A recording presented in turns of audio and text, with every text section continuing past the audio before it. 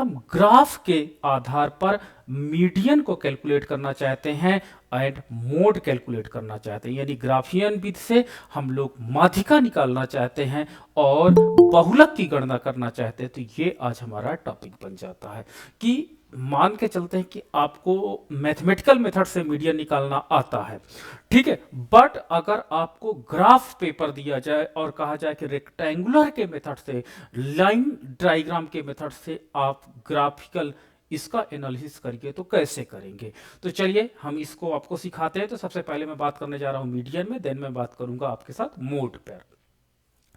सबसे पहले आपके पास सपोज दैट विच्छिन्न श्रेणी दी जाती है। विच्छिन्न श्रेणी, तो विच्छिन्न श्रेणी के अंतर्गत क्या होता है, आप जानते हैं कि विच्छिन्न श्रेणी के अंतर्गत जो डिस्क्रीट सीरीज है, डिस्क्रीट सीरीज के अंतर्गत आपको दो इंफॉर्मेशन गिवन होती है। आपकी एक एक्स की इंफॉर्मेशन गिवन होती है एंड आपकी एक एफ की इंफॉर्मेशन गिवन होती है।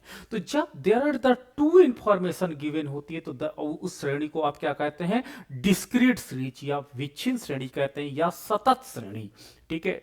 एक किसी ने YouTube में भी कमेंट किया था तो उसका कॉन्सेप्ट नहीं क्लियर है। सतत श्रेणी, उसी को हम विच्छिन्न श्रेणी कहते हैं और उसी को हम लोग डिस्क्रीट सीरीज कहते हैं। तो डिस्क्रीट सीरीज में हमको केवल दो इंफॉर्मेशन गिवन होती हैं, एक तो हमको x की वैल्यू दी रहती है एंड एक हमको f की वैल्यू गिवन रहती है, और इसके आधार पर हम जो डेटा कैलकुलेट करते हैं इसे हम लोग क्या कहते हैं, विच्छिन्न श्रेणी के अंतर्गत काउंट करते हैं। तो चलिए हमारे पास x एंड हमारे पास f गिवन है। अब हम लोग क्या करते हैं, मान लीजिए 10 नंबर क्लास में पाने वाले कितने स्टूडेंट हैं, 2 स्टूडेंट हैं। 20 नंबर पाने वाले कितने स्टूडेंट हैं, 3 स्टूडेंट हैं। 30 नंबर पाने वाले कितने स्टूडेंट हैं, 4 स्टूडेंट हैं। 40 नंबर पाने वाले कितने स्टूडेंट हैं, 6 स्टूडेंट हैं। 50 नंबर पाने वाले कितने स्टूडेंट हैं, आपके 3 स्टूडेंट हैं। और 60 नंबर पाने वाले कितने स्टूडेंट है, 1 स्टूडेंट है। तो ये जो आपका डेटा सेट दिया है, ये जो इंफॉर्मेशन सेट दिया है, इस इंफॉर्मेशन सेट को हम लोग क्या कहते हैं, सतत श्रेणी, विच्छिन्न श्रेणी कहते हैं। अब इसमें मुझे क्या करना है, माध्यिका की गणना करना है। माध्यिका की गणना करना यानी मुझे मीडियन कैलकुलेट करना है। तो मीडियन कैलकुलेट करने के लिए आपको क्या करना पड़ेगा कि सबसे पहले आपको कुमुलेटिव फ्रीक्वेंसी टेबल को जनरेट करना होगा, ठीक है। कुमुलेटिव फ्रीक्वेंसी टेबल जनरेट करोगे, इसे हम लोग कहते हैं CF कहते हैं। तो कुमुलेटिव फ्रीक्वेंसी टेबल आप जनरेट करोगे। अब 2 है तो आप क्या लिख दोगे, आगे 2 ही लिखोगे। फिर 2 को 3 में ऐड कर दोगे तो क्या लिखोगे, 5 लिखोगे। फिर 5 में 4 को ऐड कर दोगे तो क्या लिखोगे, 9। 9 को 6 में ऐड कर दोगे तो क्या लिखोगे, 15। 15 को 3 में ऐड कर दोगे तो क्या लिखोगे, 18। और 18 को 1 में ऐड कर दोगे तो क्या लिखोगे, 19। तो ये आपकी संचयी बारंबारता वक्र सारणी, संचयी बारंबारता सारणी बन जाती है। इसको हिंदी में कुमुलेटिव फ्रीक्वेंसी, संचयी बारंबारता कहते हैं, संचयी बारंबारता कहते हैं, ठीक है, कुमुलेटिव फ्रीक्वेंसी टेबल कहते हैं। अब हम इसका ग्राफिकल रिप्रेजेंटेशन करते हैं, किसके साथ, x के साथ करेंगे। तो ग्राफिकल रिप्रेजेंटेशन में देखिए कि आपको 10 से लेकर के 60 तक है और कुमुलेटिव फ्रीक्वेंसी की जो मैक्सिमम वैल्यू है वो 8 है, ठीक है। तो ग्राफिकल हम जब रिप्रेजेंटेशन करते हैं तो ग्राफिकल रिप्रेजेंटेशन में बहुत केयरफुली आपको ये देखना होगा कि नीचे आपके पास 1 सेंटीमीटर बराबर 10 अंक ले लेते हैं, OX OY है।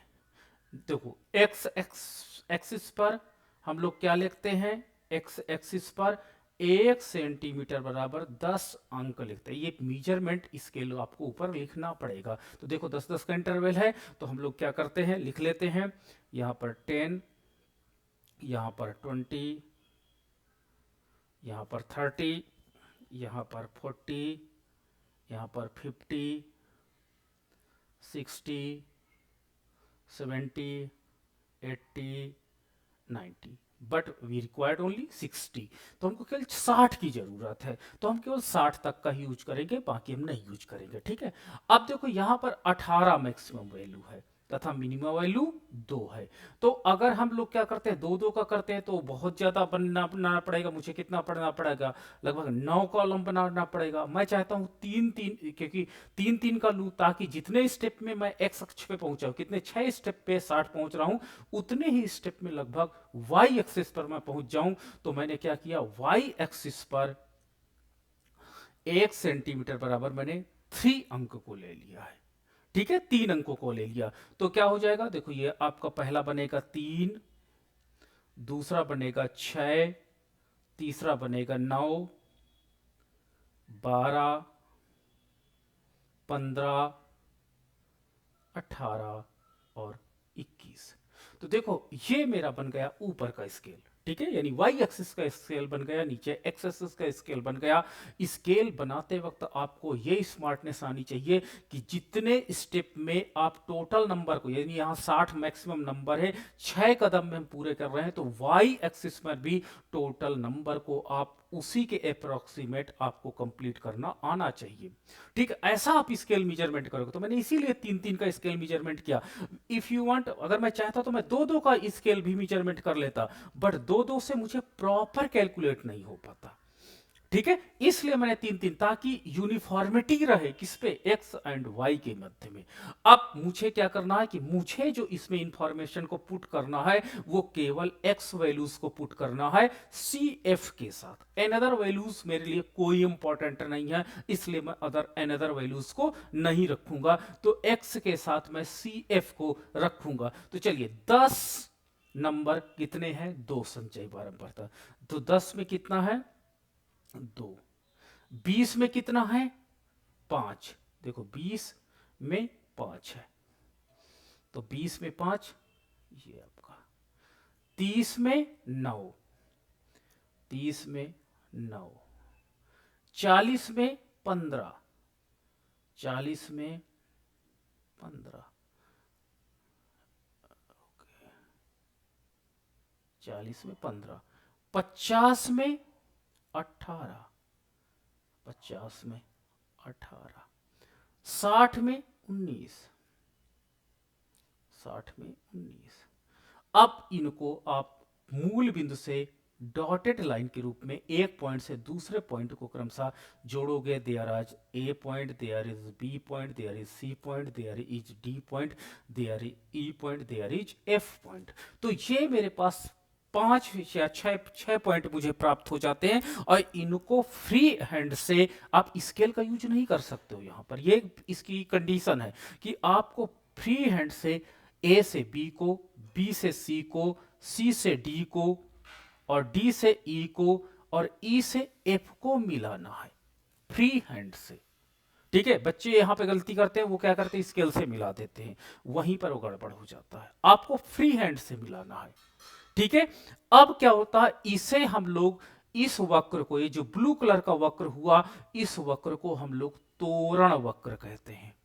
एग्जाम में पूछा गया, एक बार पूछा गया यूनिवर्सिटी में, तोरण वक्र से आप क्या समझते हो, निम्न आंकड़ों से तोरण वक्र की गणना कीजिए। आंकड़े कौन से दिए थे, ये एक्स और एफ का आंकड़ा दिया गया था। स्टूडेंट आए, सर ये तोरण वक्र तो हम पहली बार सुने थे, ये क्या होता है। मैंने एक बच्चे ने कहा था, इतिहास में मैंने सुना है। ये तोरण वक्र था। ये 10 नंबर क्वेश्चन एग्जाम में आता, इतना करना था कि इससे कुमुलेटिव फ्रीक्वेंसी जनरेट करनी थी एंड इससे ये ग्राफ प्रेजेंट करना था, और इसी को हम लोग संचयी बारंबारता वक्र कहते हैं। संचयी बारंबारता वक्र कहते हैं। तो ये तोरण वक्र है या संचयी बारंबार वक्र है, इसे कुमुलेटिव फ्रीक्वेंसी कर्व, और इसी को हम लोग कुछ जगह पर ओजाइव कर्व भी कहते हैं। ओजाइव वक्र, ओजाइव कर्व, ये 3 नाम में मैं बताऊं कि संचयी बारंबारता छोड़ दूं तो तोरण वक्र के नाम से या ओजाइव वक्र से आप क्या समझते हो, निम्न आंकड़ों से ओजाइव वक्र खींचिए, कोई नहीं खींच पाता है।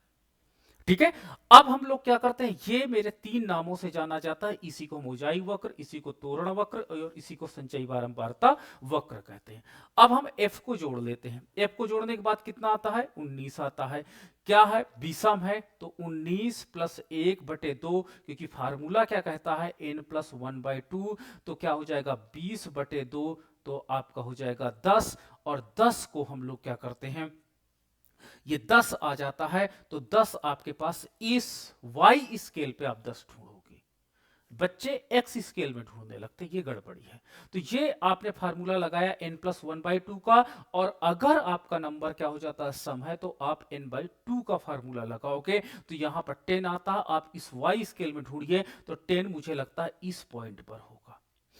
आप स्केल उठाइए और इस पॉइंट में पैरेलल एक्सिस के पैरेलल एक लाइन खींचिए, और एक्स अक्ष के पैरेलल लाइन खींचिए, वो ओजाइव कर्व को कहीं ना कहीं जाकर इंटरसेक्ट करेगा। ठीक है, कहीं ना कहीं इंटरसेक्ट करेगा, और वहीं से उस स्केल को घुमा करके अब वाई एक्सिस के पैरेलल लाइन खींचिए, वाई एक्सिस के पैरेलल लाइन खींचिए, और देखिए जहां पर एक्स पर गिरेगा ये आपकी माध्यिका को बताएगा, यही पॉइंट आपकी मीडियन को बताएगा।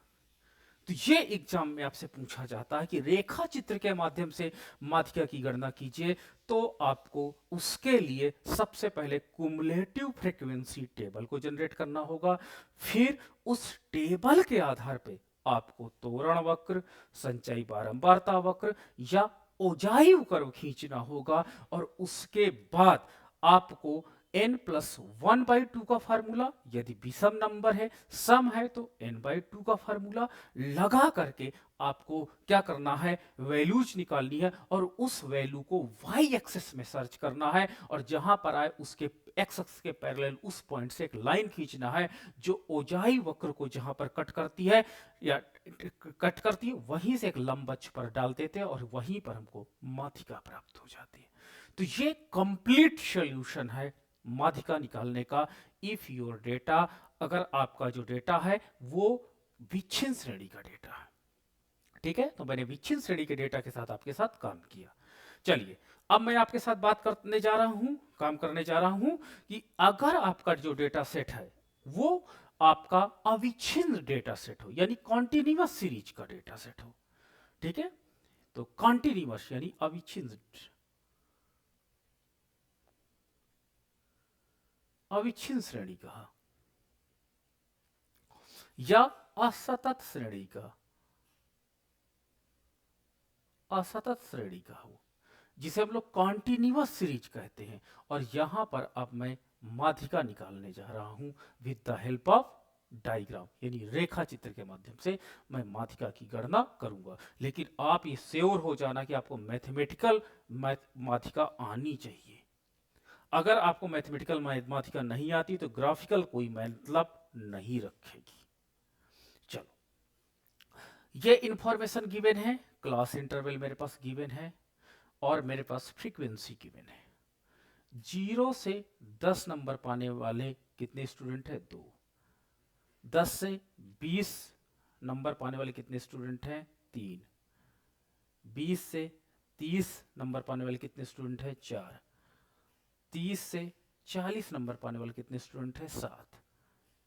40 से 50 नंबर पाने वाले कितने स्टूडेंट हैं? 2। और 50 से 60 नंबर पाने वाले कितने स्टूडेंट हैं? 1। ये डेटा सेट आपका दिया गया। अब आपको रेखा चित्र के माध्यम से माध्यिका की गणना करनी है।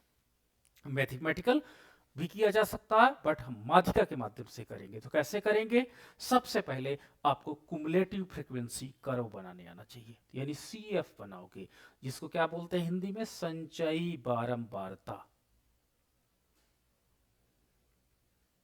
संचयी बारंबारता 2 तो 2 हो जाएगा, 2 3 5 हो जाएगा, 5 4 9 हो जाएगा, 9 7 16 हो जाएगा, 16 2 18 हो जाएगा, 18 1 19 हो जाएगा। तो ये मैंने बना दिया संचयी बारंबारता वक्र। अब मैं क्या करूंगा? फिर से स्केल मेजरमेंट करूंगा। फिर से स्केल मेजरमेंट करने में सर स्क्रीन नहीं आ रही है।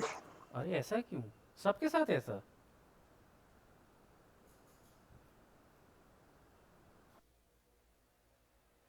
बाकी लोग बोलिए।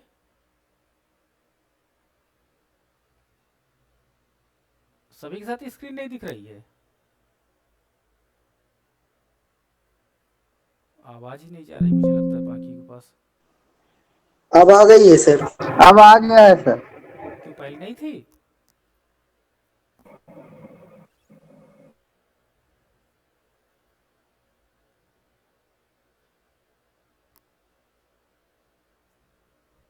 आ रही है स्क्रीन?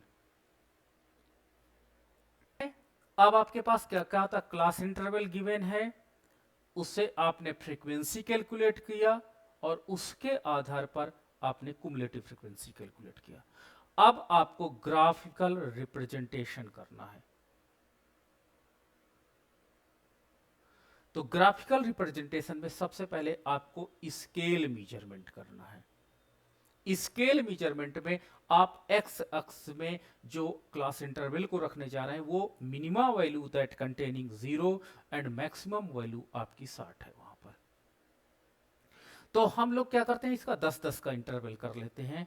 तो एक्स एक्सिस पर आपका 1 सेंटीमीटर इक्वल टू 10 मार्क्स, और वाई एक्सिस पर 1 सेंटीमीटर इक्वल टू, देखो मैक्सिमम वैल्यू 18, तो वही 3 कर लेते हैं, 3 मार्क्स। अब हम लोग क्या करते हैं, नीचे आते हैं, इसमें 10, 20, 30, 40, 50, 60, 70, 80। वाई एक्सिस पर हम करते हैं 3, 6, 9, 12, 15, 18, ऊपर 19 हो जाएगा, ठीक है। अब देखो 0 से 10 के में, 0 से 10 में कुमुलेटिव फ्रीक्वेंसी का मान 2 है। तो जी देखो 0 से 10 या तो इसके बीच में नंबर रखो, पॉइंट रखो, या तो 10 के ऊपर रखो। तो मैं बीच पे ज्यादा पसंद करता हूं। तो 0 से लेकर के 10 के मध्य 2 जो होगा यहां पर होगा, इसका मैंने नाम रखा ए पॉइंट। फिर 10 से 20 के बीच में कितना कुमुलेटिव फ्रीक्वेंसी है, 5। तो 10 से 20 के बीच में कुमुलेटिव फ्रीक्वेंसी का मान 5 है, तो मैं यहां पर आ जाता हूं। इसी प्रकार 20 से 30 के बीच में कुमुलेटिव फ्रीक्वेंसी का मान 9 है। तो 20 से 30 के बीच में कुमुलेटिव फ्रीक्वेंसी का मान कितना हो जाता है, 5 है, 9 है। 30 से 40 के बीच में कुमुलेटिव फ्रीक्वेंसी का मान 16 है। 30 से 40 के बीच में कुमुलेटिव फ्रीक्वेंसी का मान 16 है। 40 से 50 के बीच में कुमुलेटिव फ्रीक्वेंसी का मान 18 है, और 50 से 60 के बीच में 19 है। तो मैंने A point, B point, C point, D point, E point and F point को प्लॉट कर लिया। अब हम लोग क्या करते हैं, फ्री हैंड से इनको मिलाते हैं।